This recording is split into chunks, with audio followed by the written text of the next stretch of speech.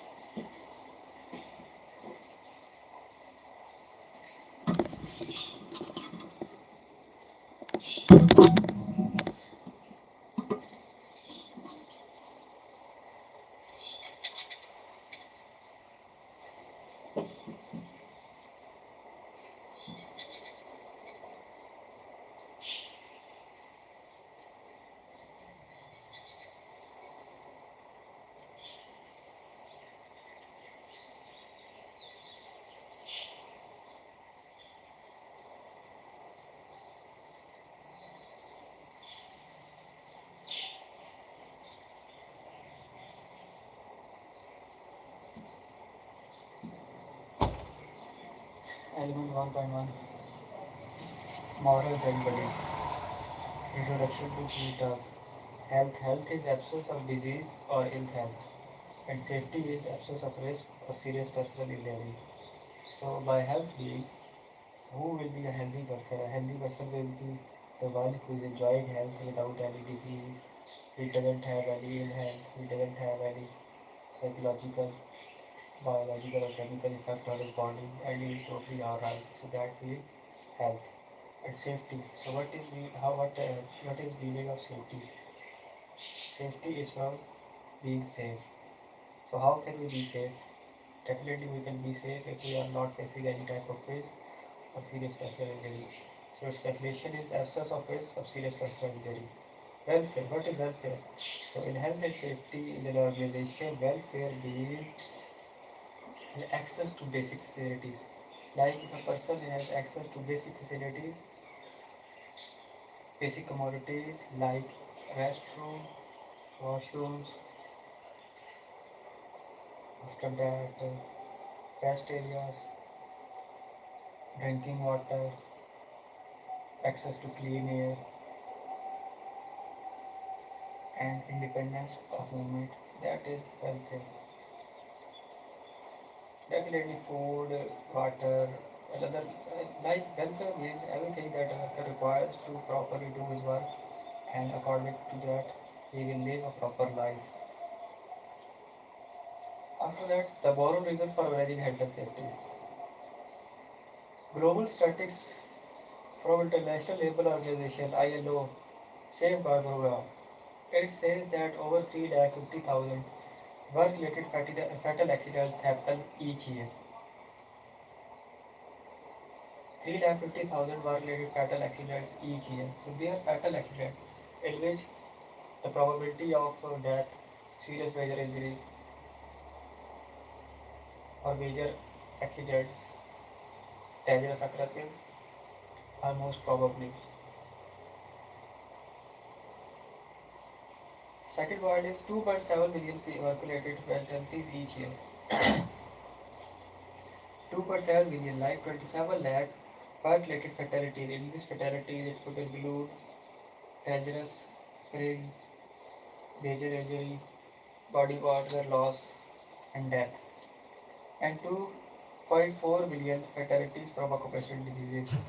So, what are occupational diseases? Occupational diseases are those diseases which are occurring due to a job in an organization. They are called as occupational diseases. After that is 270 million accidental, 160 million diseases a year due to work.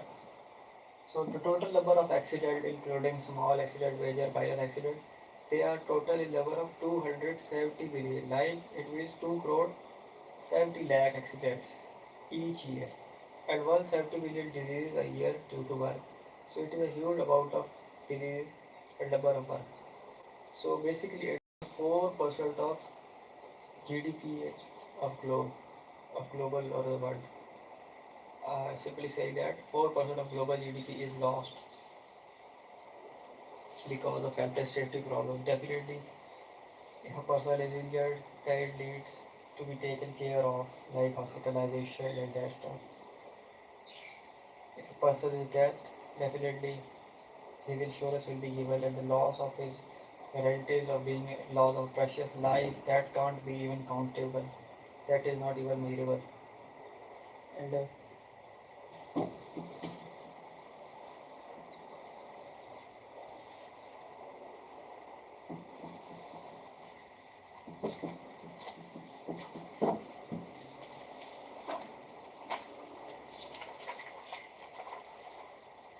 financial reason for managing health and safety. What are the financial reasons?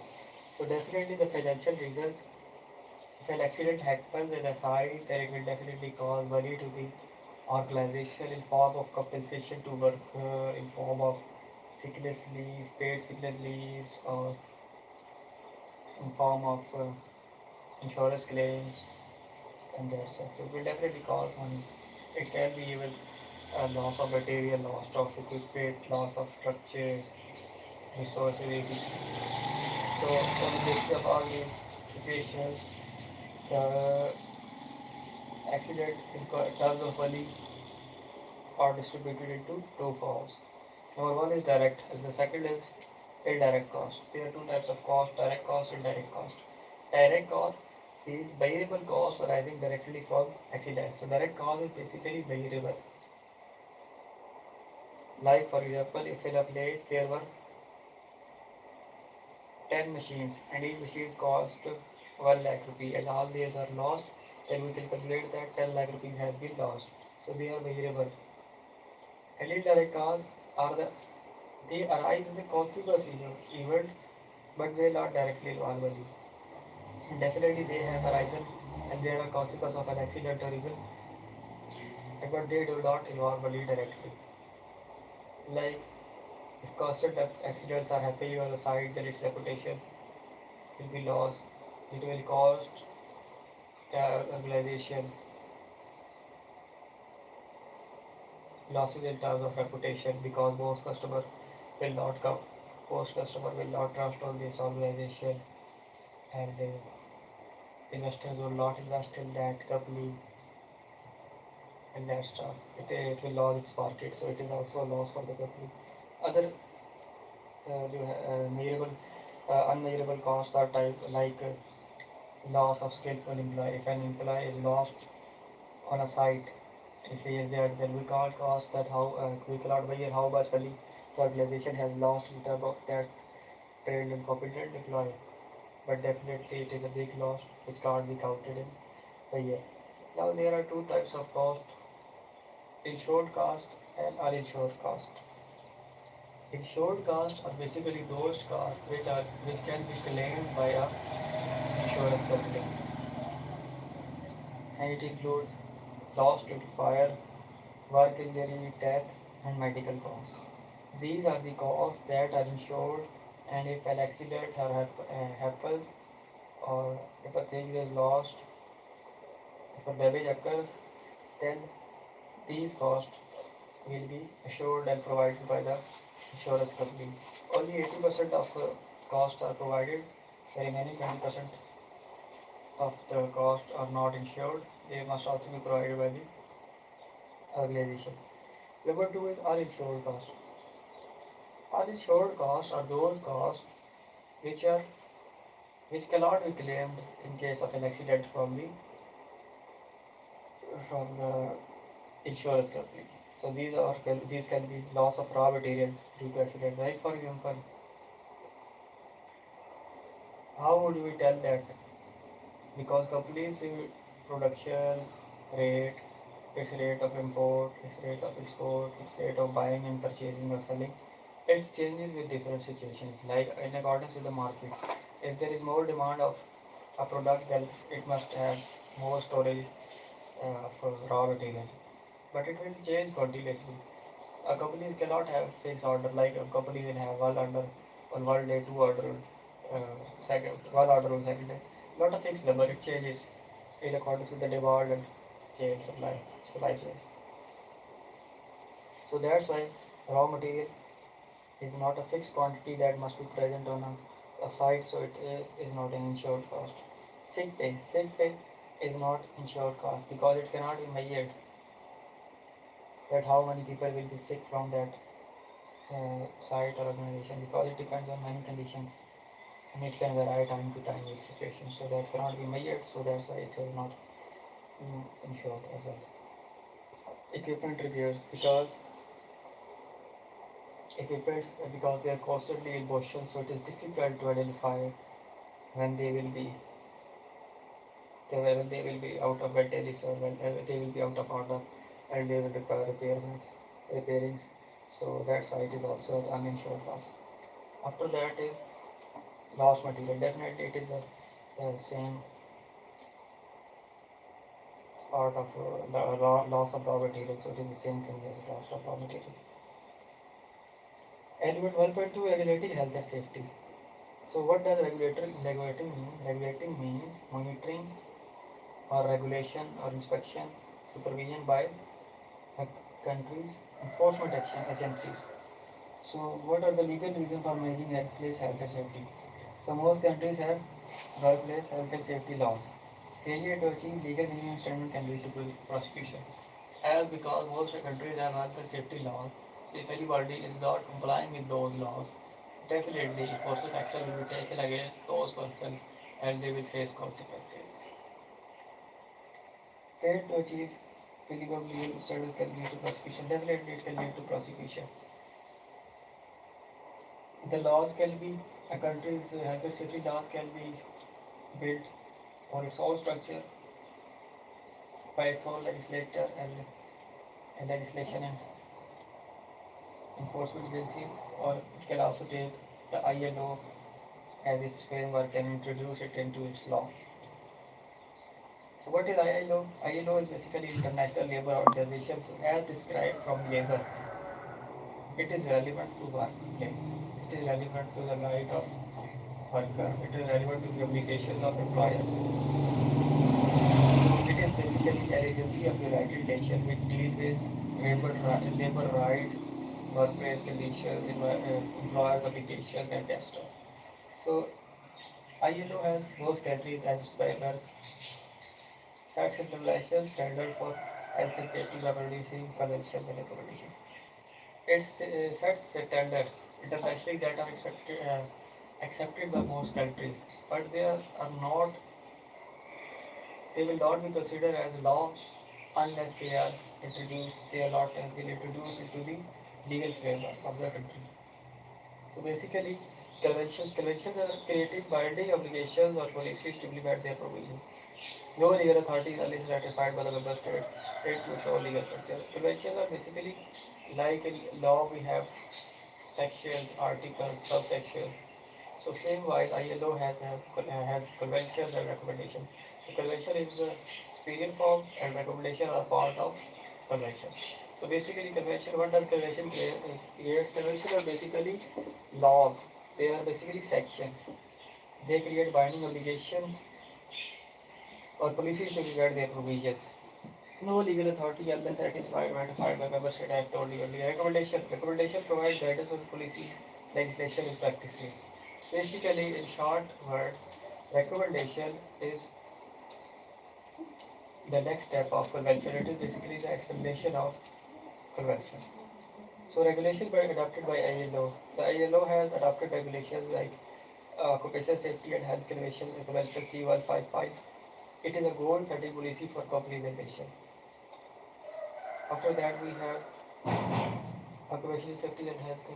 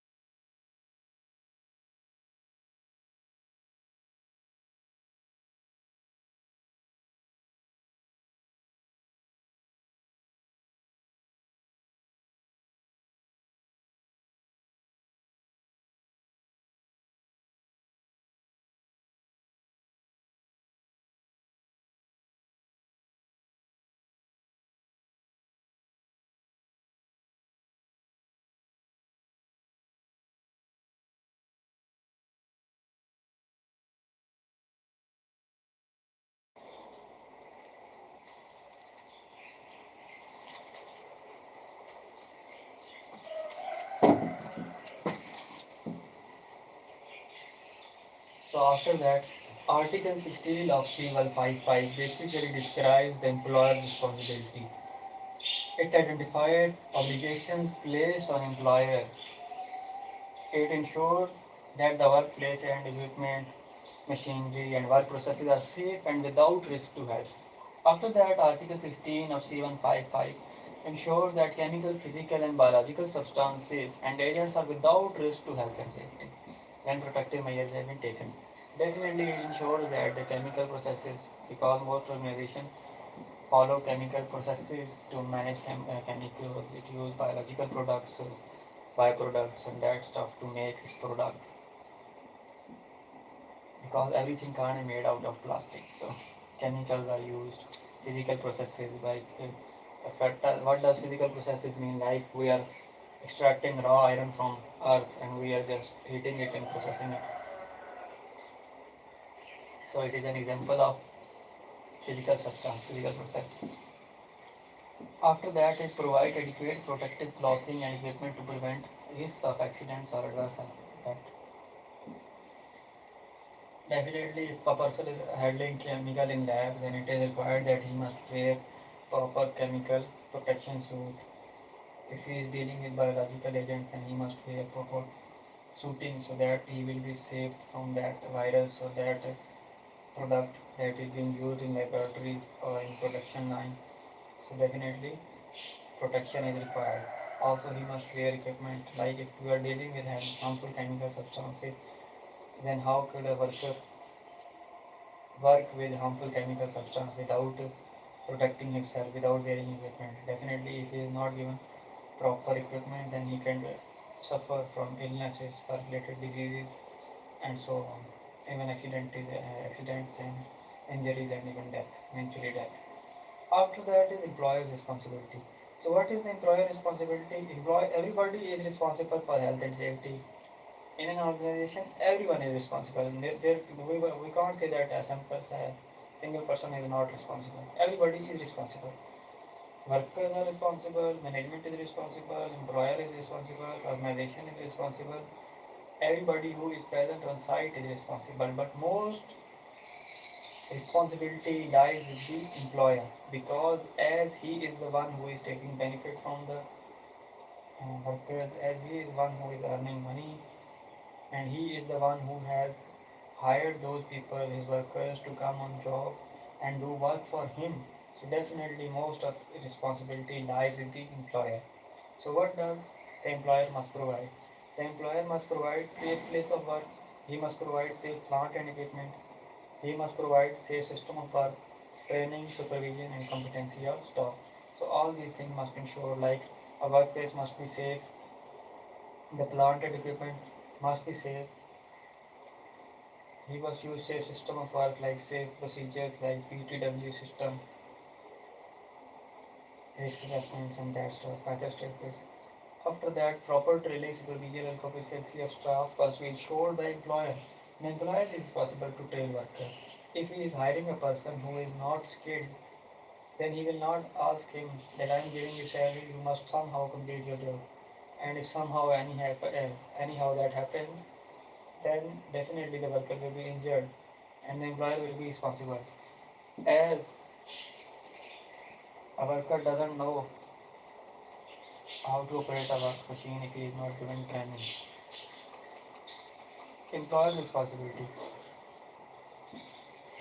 This was Article 16 of CY55. Now it is more described with the recommendation. As I told you earlier, that recommendation is basically in-depth explanation of the convention. So Article 10 of R1664, it provides explanation. So what to do, what are obligations of the employer. So the employer has obligation to provide and maintain workplace, machinery, equipment, and use working methods that are safe. Employer must give necessary instruction, training, and supervision in application and use of health and safety measures. Employer must introduce organizational arrangements relevant to activities and size of undertaking. Employer must provide PPE and clothing without charge of workers. Employer must ensure that work organization, particularly working hours and dress breaks, does not adversely affect occupational health and safety. Definitely, if somebody is carrying heavy load all day long, then it is a 8 hour shift and he is not given breaks, then definitely he will end up being injured or physically stressed and resulting in physical and mental fatigue. So it is a responsibility of a employer to give him breaks so that he will get refreshed and then start working. Because even a machine cannot work continuously, and how can a human work for 8 to 9 hours continuously? Definitely, if they are doing hard job, then they require break. After that, take reasonable practicable measure with a view of eliminating excessive and physical mental fatigue. As I said earlier, there is practicable measures could be like reducing workload.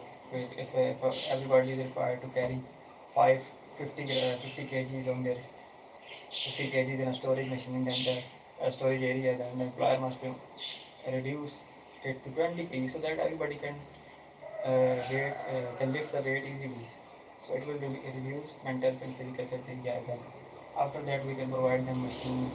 We can have the conveyor belts. We can use automatic processes, forklifts, and that stuff. We can also consider job rotation, reduction in time of the shift, reduction in increasing in rest days. So definitely this will reduce physical and mental fatigue. Keep up to date with scientific and technical knowledge to comply with the above. Definitely, if we are in a storage area, then workers are handling manually. So what are the scientific and technical knowledge? Definitely using a forklift, using conveyor belts, using automatic machines, robots, of that stuff that will help workers to carry out their load easily and help them in reducing mental and physical stress. Definitely, as we told earlier, everybody is responsible on a site for health and safety. So it includes workers' rights and responsibility as well. So Article 19 of C155 places obligations, some obligations on workers, which are more explained in R164 of Article 19 of R164. So the worker must take reasonable care of their own safety. First of all, the worker is responsible for taking care of his own safety. Definitely, an employer cannot supervise each and every worker and cannot ensure that everybody is working safely. He can take reasonable steps, he can do supervision monitoring, but somehow if the worker himself is not, ready to save himself from hazard, is not ready to maintain his own safety, then employer will definitely face problems. So the worker's responsibility helps him to be safe and to keep the environment safe, and that of the other people. Definitely, the worker is also responsible for the safety of others. Like if a worker is driving a forklift, then the employer will not sit on the left side and check you must drive straight away. Look, there is a person in front of you. The worker is definitely must ensure that he will not hurt other workers. Comply with safety instruction and procedure. Definitely, you must drive safely and that stuff. Use all safety equipment properly. You must use safety equipment properly. Report any situations that they believe could be hazard and which they cannot report or control themselves. Definitely, he must report hazards to his superiors that such a hazard is present and he cannot and that hazard is present. Report any work-related accident in health. Workers must report accidents work-related health because workers out of empathy, they are sympathy, they do not report accident because if they are investigating and they are getting investigated, then eventually somebody will be held responsible and eventually he could be punished or disciplinary action could be taken against him. So because of these reasons, out of friendship, empathy, and so workers don't report accidents. So that must also be ended. The worker is responsible to report accident. Now it is continued. Worker is rights, responsibilities and rights. The right of worker is that he must be given adequate information or action the employer has taken to ensure safety. He must know that these are the safety measures he will keep himself protected and use those measures. given the right of necessary training and safety and health. Definitely, the obligation of employers are the rights of the workers. As I told earlier, training must be provided, so it is the same thing. Consulted by the employers on all matter, safety and health related to their life. Definitely, the worker is the one who is doing the job, so he better understand what are the accidents and risks. So, if he is giving some advice to the employers, or if he is making some complaint, that complaint must be heard and steps must be taken to ensure his safety. After that, given the right to leave a workplace that he has reason to think presents an imminent and serious danger to his life or health, and not be compelled to return until it's safe. Definitely, a worker is not a prisoner if he thinks that this job is not safe for him and it can cause him his life, which is more precious than the money that he will earn. So definitely, he must be given right to end his job or to go out and will not be compelled to return back forcefully unless he thinks himself that everything is safe and he wants to return. Now, the roles of enforcement agencies. Definitely, enforcement agencies are the basic regulators and basic enforcers of legal law. So there is no harmonized global standard, like there is not a single agency. Like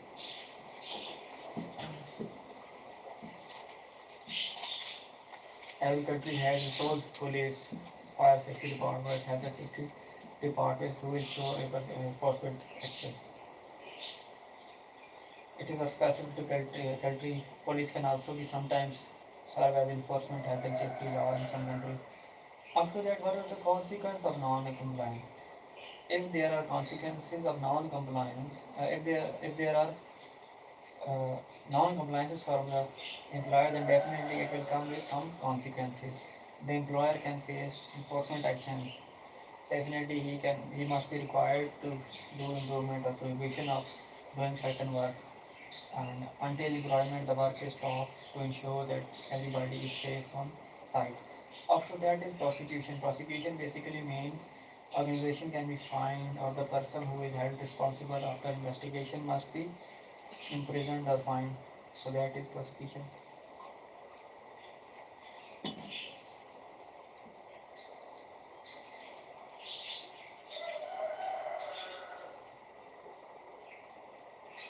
And the international standard. The other international standard that are relevant to ISO are ISO 19,000, ISO 9001. It is a safety quality management system. After that is we have ISO 14001. It is environment management system. After that we have ISO 12100. It is safety of machinery system. It basically has rules and regulations to ensure that the machine is safe. So these standards are basically law. They are not law, but they are good management practices. They can be ratified by countries to make them part of their legal framework, and then they can work as a law in that country. But basically, they are not law. They lead to worldwide common approach to good management. Other international law, the currently internationally recognized standard for occupational safety and health is ISO 45001. Basically, it is ISO 45001, which is compatible with ISO 19001 and 9001 and previously existing 1400, 1501. The sources of innovation that can be taken for making risk assessment, for doing investigation, audits, and that stuff are Health and Safety Executive UK, OSHA, Occupational Safety and Health Administration USA, European Agency for Safety and Health at Work EU, WorkSafe Western Australia. So these have each country have its own organizations and departments to deal with health and safety related here. Now is who does what in an organization? The employer. The employer is a person, organization that employs people. The employer in this context is normally an organization such as company and is sometimes referred to as corporate body. Definitely, employer can be a company as well because if it has multiple partners or multiple stakeholders.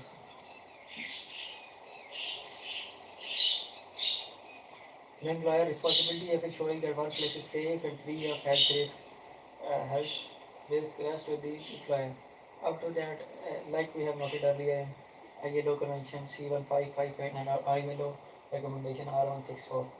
So the employer carries ultimate responsibility ensuring that workplace is safe and free of health and safety risks, ensuring the safety and welfare in each worker, visitors and contractor.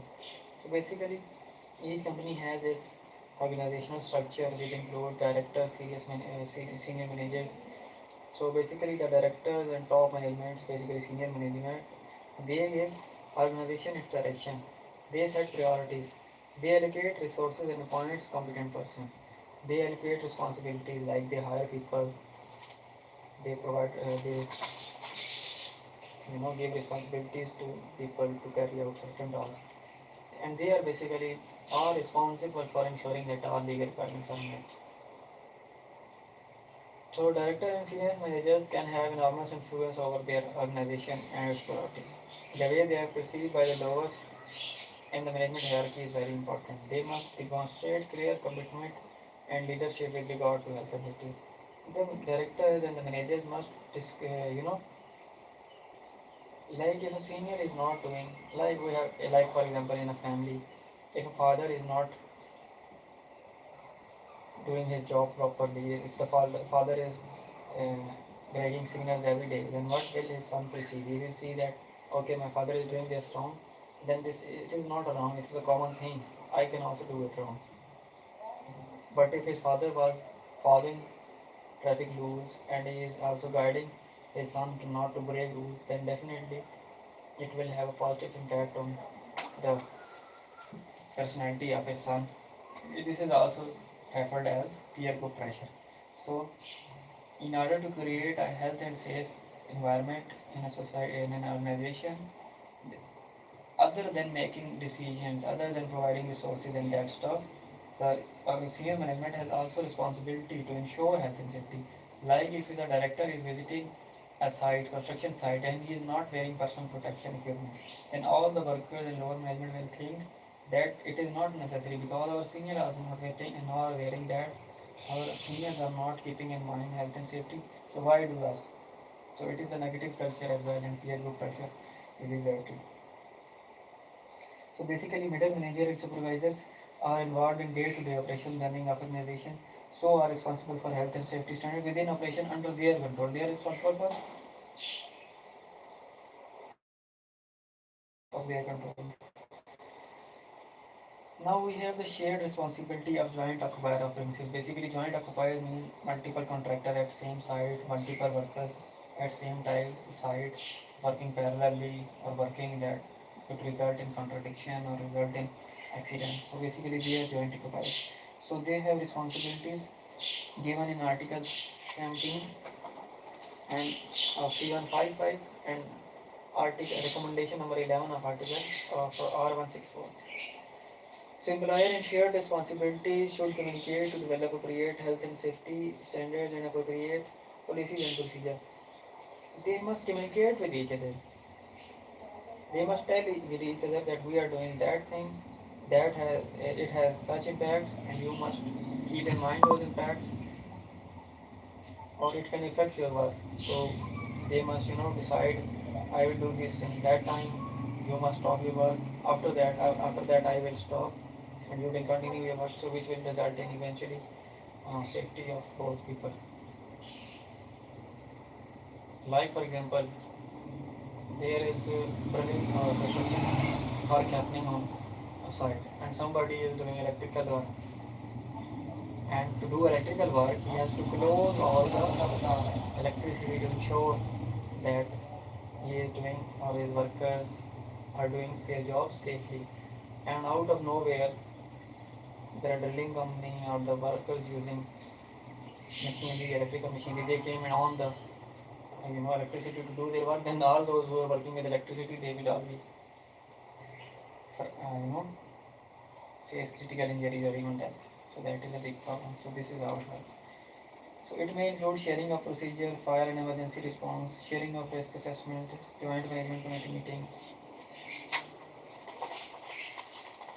Now it is contractor management. Who is basically a contractor? A contractor is a person who is hired by a client or employer to do a certain job.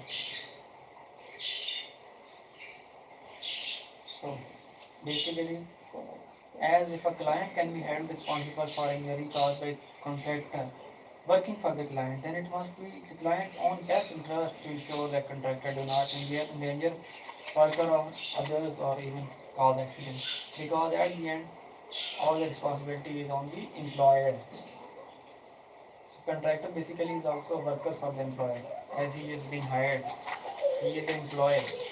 So as because the responsibility lies on the client or employer, then he must ensure steps to select a competent contractor so that he will work safely without any hazard. So there are shared duties. The way the client manages contractor could be broken down into three key areas. Number one is the client must ensure selection of contractor, planning and coordinating the work with contractor. Number three, monitoring and managing the work of the contractor. So first of all, I will explain that the contractor must take reasonable care, reasonable steps to select a competent person who has knowledge to do that job. After that, the client or the employer must coordinate with him, must sit with him, must have meeting with him to plan how the work will be done properly. After that, all the instructions and trainings have been given to them. Number third is the employer must monitor and manage the work. He must monitor what is the contractor doing. If the contractor is not doing with the agreed term or the agreed procedure or method statement, then the employer must end the contract. Because if an accident happen, eventually responsibility will be on the employer. Employer cannot say that it is the contractor because everybody's health and safety is responsibility eventually lie with the employer. Now we will break down these three steps. Selection of contractors. The things that we must check while selecting the contractor are health and safety policy of the contractor, his previous risk assessment done by the contractor, qualification, training record, membership of personal organization, professional organization, maintenance and equipment testing, previous or current client, and accident record. Number step 2 is planning and coordinating. As I told earlier, planning and coordination means information sharing between client and contractor. So the information can be hazard possessed by the site and work carried out, hazard posed by contractor's activities, risk assessment and method statement. All of these things must be shared between the employer and the contractor. And the third and last step is monitoring and supervision. Basically, monitoring will help the employer to check whether the things are being done accordingly with the agreed terms of the contract or not.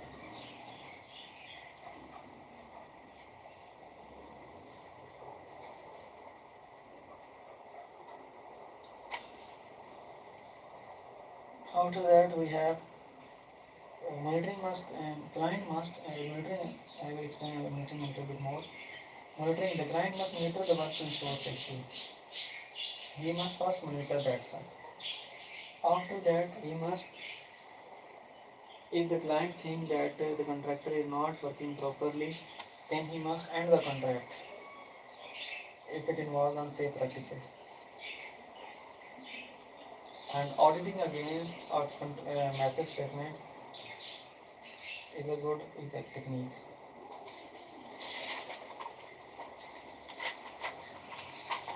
So this was the end of element 1.1, why we should manage health and safety at workplace. So after that I will continue element 2.2, 2.1, which is related to occupational health and safety management system, in which the five, every step of management system will be checked.